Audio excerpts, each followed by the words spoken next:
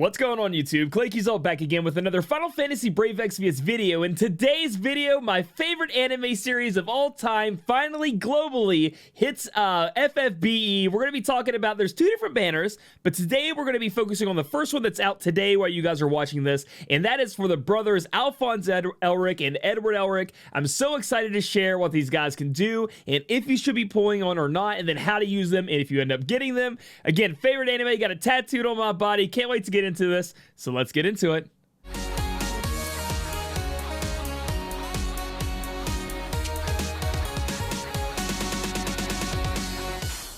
So first up on this banner, let's talk about the main character, the Full Metal Alchemist Pipsqueak, the Full Metal Alchemist Edward Elric. Don't let him hear you call him Pipsqueak.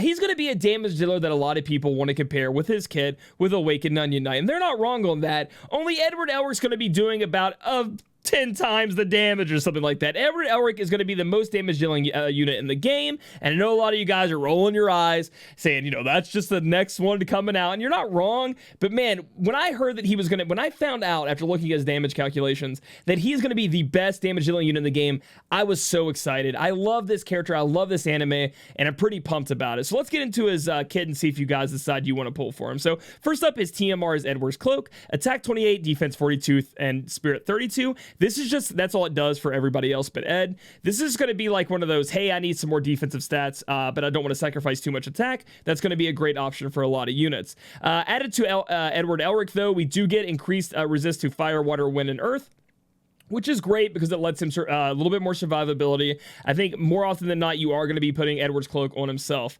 His STMR, Knowledge of Truth, increase attack and defense 50%, increase fire, water, wind, and earth resist by 60%. I found myself when reviewing Ed really loving this STMR. I think it's a lot less niche or a lot less non-useful than I thought it was when I first looked at it. Honestly, I see this as being an STMR Moogle candidate. You guys can correct me in the comments down below, but I'm starting to see it myself because it just really covers your butt when it comes to any kind of fight. You can have this on your friend unit, and you don't have to sacrifice too much attack. You get some defense added on for survivability, and you're kind of covered on all these elements, so people can take your friend unit and just be happy about it. I don't know how many times I found myself really hard to be like nullified to fire damage or water damage 100%. This really helps you with at least the elements, the 4 elements that you see here. I think it's really good. Moving on down to Edward Elric's kit, he's going to be quite simple. He's going to cover the elements fire, water, wind, and earth. He's going to have the ability to imbue those elements. He's also going to have the ability to imperil, and those same elements, he can actually buff your team by 80%. So you get to have your choice. You can imbue, you can just do the damage with that element, because these abilities down here just do the elements, the earth physical damage, wind physical damage. You can imbue up here with the fire, add fire damage to yourself. You can LB gauge fill rate your entire team, so he does have a little support there, and in the support where you can buff up green magic a little bit with the different elements, as you can see. His two CD abilities that he does have, one of them is just going to be no comparison between us. It's going to be that ability where everybody uses it, you know, all the attackers, buff yourself by 250%, enable your triple casting for the turn, and get rid of any breaks that could happen. You get to cure all those breaks that happen to you. And then his other ability is called the Hammer of God. And this is going to be a pretty big damage dealing ability, but also going to somewhat push Edward Elric, even though he can imbue all these elements, even though he can just do that element's damage, to actually equip a weapon on. So it's going to be big damage, boosting up modifiers to both Automel Blade, which are going to be these abilities, plus the Hammer of God, and it does not have an element attached. So you either are going to have to take a turn to imbue whichever element you want, and then go into using Automel Blade and, you know, the Hammer of God, or you're going to equip a weapon that's really, really strong, because he's going to be a true dual wield unit. You're going to equip a weapon that's really, really strong in his hand, so you can skip that imbue phase every time and go straight into just dealing straight damage, and that's where he's going to really pick up and ramp up his damage if you're able to do that with a really high damage dealing weapon. So his rotation is going to look a little something like this. You want to imperil with whichever ability that you have that you want to use, and cast no comparison between us on turn 1 to make sure you guys have your triple alchemy. The next turn, if you have to imbue, you want to imbue before you cast the Hammer of God, and then you just want want to cast whichever auto mel ability you're going to use over and over and over and over again. And that's going to be the rotation. You're just going to slowly rotate all of that stuff in. Imbue when you have to. If you don't have to imbue, skip that part because you're going to be doing more damage. And the auto mel blade whichever element 3 times. Or if you need to, cast the comparison between us. But always every other turn, cast the Hammer of God because it is absolutely fantastic. Looking down through his passives, we get 150% Demon Killer, which is great. A lot of the units in this game, or a lot of the enemies, excuse me, are either human or demon. And the fact that Ed has 150% demon in his kit already, fantastic for him. He has Paralyze and Confuse Resist. He's missing Petrify, so you are going to have to put that on him. He does have innate dual wield. He also has 100% with a TMR and STMR on. Has 100% true dual wield, so you just got to fill in the rest of that 100% there. He can get his LB pretty quickly through LB per turn and having LB fill right up. Has some more of that resistance to the elements that you have been grown accustomed to when it comes to Ed. Fire, water, wind, and earth. Does have some masteries with fist and sword, so you are going to get 30% more attack if you put a sword on. So in that true dual wield, you're probably going to slap a sword into his hand to be sure. Increase attack and spirit by 40% here at the bottom, and then you get a bunch of big modifiers. You get 20% when you have clothes on, but you're going to be putting his TMR on. A lot of big modifiers here for his other abilities, so make sure you get to 120, and this is just the triple cast. Guys, that's going to be his kit. I mean, he does have this LB here, but I don't think you're casting it. It does do some nice damage, and it does break defense and spirit by 75%. So if you catch yourself in a time when your breaker's not doing that great, or you don't even want to take a breaker, because maybe their attack and magic can't be broken, and you just want to break their defense and spirit and do as much damage as possible, Ed could do that for you. 75%, not bad at all, but you can kind of skip out, in my opinion, on even leveling his LB if you want to.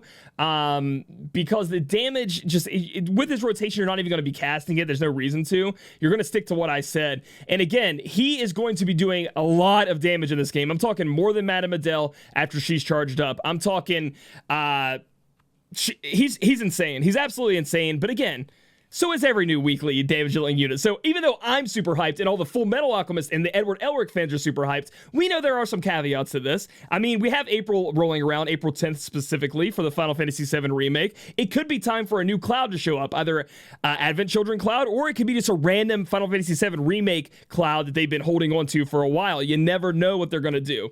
So while he is super awesome, I like his kit. He has a little bit of green magic going in there, and he's really seems really easy to work with. There's always another damage dealer down the road, so if you're not a Full Metal Alchemist fan, Edward Elric is probably a skip. All right, let's talk about the other brother Elric. Not the other brother Elrics. Anyway, Alphonse Elric coming in here in his big suit of armor. He's the younger brother of Edward Elric, if you can believe it, from the anime. He just kind of got put into a giant suit of armor. You guys should definitely watch that anime. It is my favorite. He's going to be a physical cover tank, okay? So he's going to be a physical tank, meaning that, like I just talked about with Ed, being a limited character that's a damage dealer, you know, Square Enix and Gumi tend to forget about those. They kind of fall to the wayside. Remember Riku from Kingdom Hearts? Ugh. Anyway, Alphonse Elric is going to be able to withstand the test of time. Strictly speaking, because you can use him on your team at any time that you want. You don't have to worry about a friend coming in. You don't have to worry about him falling behind in the meta because you can use evade gear. And he's going to have a monster LB that's going to be useful from here to the end of time. So we're going to talk about that in a minute. The TMR is Philosopher's Stone Seeker, giving you guys attack and defense 40%. Auto cast Philosopher's Stone Seeker every turn. Essentially what that's giving you is a 5% HP regen and a 7% MP refresh. I don't hate it, but I also don't love it. So that's just a take it or leave it kind of thing for you guys. You guys will have to decide on your own on that one. The STMR is Alphonse Shoulder Plate. Defense 60, Spirit 60. Big Cat Lover is going to give you 3 LB per turn. I actually really like this STMR as well. The giant stats boost are really, really good for sure when you're using units. Or using abilities that, you know, they're pretty much like true double hand or true dual wield for defense. You know what I'm talking about? Like with Victor. So this could be very big for that. I mean, just being able to throw 60-60 for those defensive stats on a unit is phenomenal. Giving you a little bit of 3 LB crystals is great too. I would say this is less, and you guys can disagree with me in the comments, less likely to be STMR Moogle than Ed's, strictly because Ed's gives you that nice elemental coverage, which is a little bit more I don't want to say useful, but a little bit more helpful than just slapping the big old stats on, because normally big old magical attacks, if they get through, they fucking kill you anyway. So moving on down, let's talk about what our boy Alphonse could do. So Alphonse not going to be, I'm going to go ahead and turn his W cast on. Alphonse isn't going to be like those tanks that we have out right now, like Galuf or Warrior of Light, where they're really going to be super supportive in their kit for the team. He's actually going to be quite selfish. A lot of the things he has in his kit are going to be doing damage and somehow buffing himself up. So he's got ways to mitigate damage taken, physical damage. He's got ways to take less damage, general mitigation to himself. He has defensive cover, where if he casts it, it unlocks defense cover plus for 5 turns. I'll go ahead and go down to defense cover plus. That's where you start getting into a little bit more he does for the team. The next time you cast your cover, it's going to give an HP barrier to everybody, 3,000 for 4 turns. HP barriers have saved me in so many fights you have no idea. So he's going to be more like that. He's going to use some of these different abilities here. He can break attack and defense. So if you have Ed now on your team, you're kind of covered across the board on breaks, right? So because Al can break with shoulder tackle, can break attack and defense, and Ed with his LB can break spirit and, can break spirit and defense. Sorry, so we don't have magic covered. My apologies there. We don't have magic covered. I thought that was attack and magic, but it's attack and defense. My apologies, guys. So you're going to have magic missing there. Damn it, I was hoping there was some cool connection, but they didn't give it to me. Moving on down, we do have mitigate damage, physical damage 30% to caster. Like we talked about, there's 25% up here. There's 30% here with an HP barrier. So he's going to really be able to live, and he seems like the type of unit you may not have to build evade, and he can still make it through easily.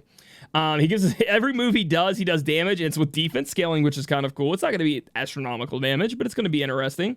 And he's going to give himself a barrier. Moving to his 2 passives here, we have available turn 1, 5-turn cooldown, boost up his attack and defense by 230%. Heal himself 20,000 HP split over 4 turns, increases modifiers to his abilities to do more damage, and that's how he gets his W cast, double taijutsu, which if you didn't see, you can double cast his CD abilities and his cover, which is great. Solidifying still is going to be his best cover he can cast, though, and you want to get that going on turn 1 more than likely. Chance to protect all allies from physical damage, 80%. Mitigate damage 60 to 80% for 4 turns of cast. That's just your general cover, but it also brings what CG Charlotte's cover would bring on her LB, which is mitigate damage taken 45% for 4 turns to all allies, and this also helps you activate your W cast. So having this on this ability, honest to God, I can't remember a fight more than recently that I've used a physical cover tank. It's mostly been magic cover, or I use just a evade, single target, provoke tank. But when the time comes, Alphonse is going to be a great option for you, because again, I do not think you have to build him evade. And some of these fights you cannot evade. Some of these hits you have to take them. They're unevadable. And Alphonse is going to be tanky enough, I think, to be able to take them. He's not going to be bringing so much support in his kit, his actual kit, besides that barrier I just talked about for your squad. But let's look at this LB for a second, okay? This LB might be one of the best LBs in the game, in my opinion. You guys can disagree in the comments again. Increase defense and spirit 200% for 4 turns of all allies. That is a giant defensive buff. Mitigate damage 50% for 4 turns to all allies. Grant HP barrier 4,000 HP to all allies, and it's only a 22 LB crystal fill rate. He's going to get this like all the time. He's going to have this up almost all the time. It's an absolute powerhouse when it comes to an LB, and this is why a lot of people go and gravitate towards Alphonse, is for this LB. He's going to be getting it more often strictly because he's going to be actually chaining. He's going to be able to chain with your Stardust Ray and have more LB or Esper Orb generation, which is going to be great. Looking through his abilities, you do want to have his TMR or STMR equipped. You're going to be able to get some massive attack or defense buffs up when they drops below 81%, some nice elemental resistances, and attack and defense up 50%. You really want that defense up when we're talking about a physical cover tank. He sadly only has increased chance of being targeted 50%, not that higher percent that Galuf and Warrior of Light has, but that doesn't mean you can't use him. Obviously, you're just going to have to put a little bit more on him if you want him to be 100% provoke at the start of battle. But I think it should only take the Moogle Charm, so you'll be good. You only have to use one accessory, right? So you'll be good to go as long as you got that FF15 Moogle Charm. He's going to have Guts, which is right here. He's going to have 1 Guts as long as his HP is above 5%. He's going to be able to resist death, which is always great on your tanks. He has a bunch of different stat ups, LB fill rate up. He's going to have that LB like every turn. I feel like he's always going to have it. He can cast Taboo's Price. If we go down to Taboo's Price, mitigate damage 40% to 1 turn to caster, and that is on 40% chance on physical or magic. So I feel like he's always going to have general mitigation up, but with his LB, I think it's also going to be up because of that. So overall, looking at Alphonse, guys, he's pretty bare bones, kind of like Ed was, where like I feel like with these limited time units, they kind of just say, hey, here you go, pull for them because you think they look cool. Alphonse is good, Ed is good, but in the end, if you already have a Galuf, if you already have a Warrior of Light, you don't need Alphonse Elric. You really don't. And for it being a limited time, I really think they should really give some more oomph into these units to make them withstand the test of time. I'm not saying Alphonse can't, and I'm not saying I'm not going to use him, but they really should be a little bit overpowered, in my opinion, because they don't really get touched with these ability awakenings or these, enhancements because they're collab units, and I'm not sure if they can even do that without getting approval from somebody like Funimation who has the rights to FMA. So, I don't really know. I'm going to say overall in general, you do not pull in this banner unless you're a big FMA fan. Both units obviously seem worth it, right? But in the end, it's limited time. In the end, it's going to be tougher to get it because of that 12K step-up banner. You have to get 80 coins to get them. And in the end, they're not really bringing anything that unique for you guys not to be saving for maybe a big cloud announcement coming, or any unit for Final Fantasy VII coming with the remake. So if you guys like this video, give it a thumbs up. Comment down below if you like FMA and if you going for these units, or if you go ahead and skip them for maybe a cloud, because I'm going for them tonight on my stream. Subscribe to me here on YouTube. Follow me on my Twitch channel, twitch.tv/Claic Yuzolt, because I don't care how bad they are, how average they are. I'm going for them. I don't care if Ed gets passed up. I actually was giddy that he was the top damage dealer. And I'll catch you guys in the next video.